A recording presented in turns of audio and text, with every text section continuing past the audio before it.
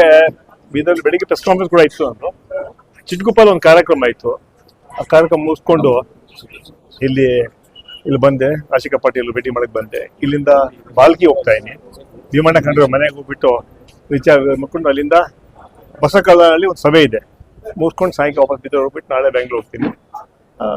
ಹಿನ್ನೆಲೆಯಲ್ಲಿ ಈಗಾಗಲೇ ನಮ್ಮ ಸರ್ಕಾರ 2 ವರ್ಷ ಕಳೆದಿದ್ದೀವಿ, 2 ವರ್ಷ 7 ತಿಂಗಳು ಎಲ್ಲ ಕಾರ್ಯಕ್ರಮ ಅನುಷ್ಠಾನ ತಂದಿದ್ದೀವಿ, ನುಡಿದಂತೆ ನಡೆದಿದ್ದೀವಿ, 5 ಗ್ಯಾರಂಟಿಗಳನ್ನ ಅನುಷ್ಠಾನ ತಂದಿದ್ದೀವಿ. ನಮ್ಮ ಸರ್ಕಾರದ ಬದ್ಧತೆ ಇದೆ, ಸರ್ವರಿಗೂ ಸಮಪಾಲು ಸರ್ವರಿಗೂ ಸಮಬಾಳು ನಮ್ಮ ಸಂಕಲ್ಪ.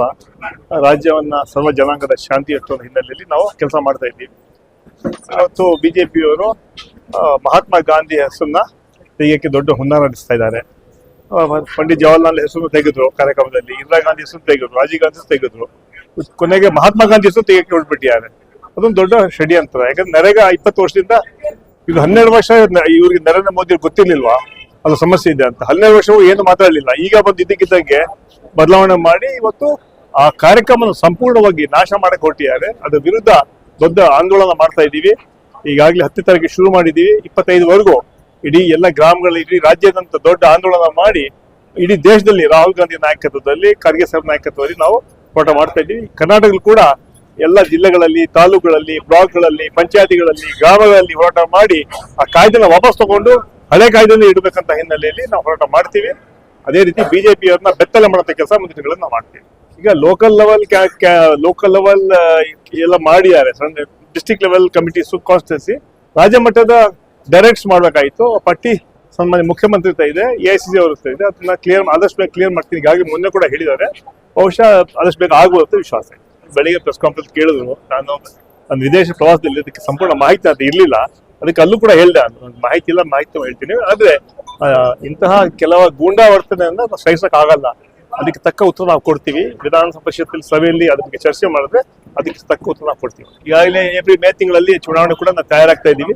ತಾಲೂಕ್ ಪಂಚಾಯತ್, ಜಿಲ್ಲಾ ಪಂಚಾಯತ್, ಗ್ರಾಮ ಪಂಚಾಯತ್, ಕಾರ್ಪೊರೇಷನ್ ಚುನಾವಣೆ ಕೂಡ ನಾವು ಮಾಡಕ್ ರೆಡಿ ಇದ್ದೀವಿ.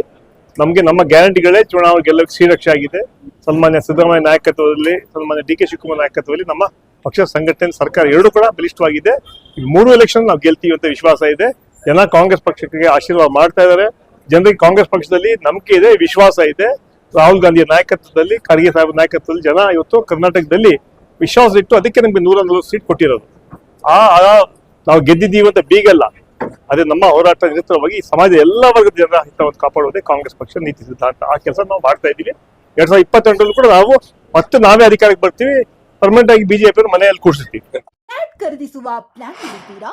ಹಾಗಾದ್ರೆ ಕೇತಕಿ ಡೆವಲಪರ್ಸ್ ನಲ್ಲಿ ಮೂಲಭೂತ ಸೌಕರ್ಯಗಳುಳ್ಳ CC road, footpath, garden, under drainage, water supply, ಉತ್ತಮ ಪರಿಸರವುಳ್ಳ ಫ್ಲಾಟ್ಸ್ ಲೇಔಟ್ ಲಭ್ಯ. ಬೀದರ್, ಹುಮ್ನಾಬಾದ್ ಸೇರಿದಂತೆ ಹಲವು ಭಾಗಗಳಲ್ಲಿ ಸುಂದರ ಲೇಔಟ್ಗಳಿದ್ದು ಅತ್ಯುತ್ತಮ ಬೆಲೆ, EMI ಸ್ಕೀಮ್ ಅನ್ನು ಲಭ್ಯ.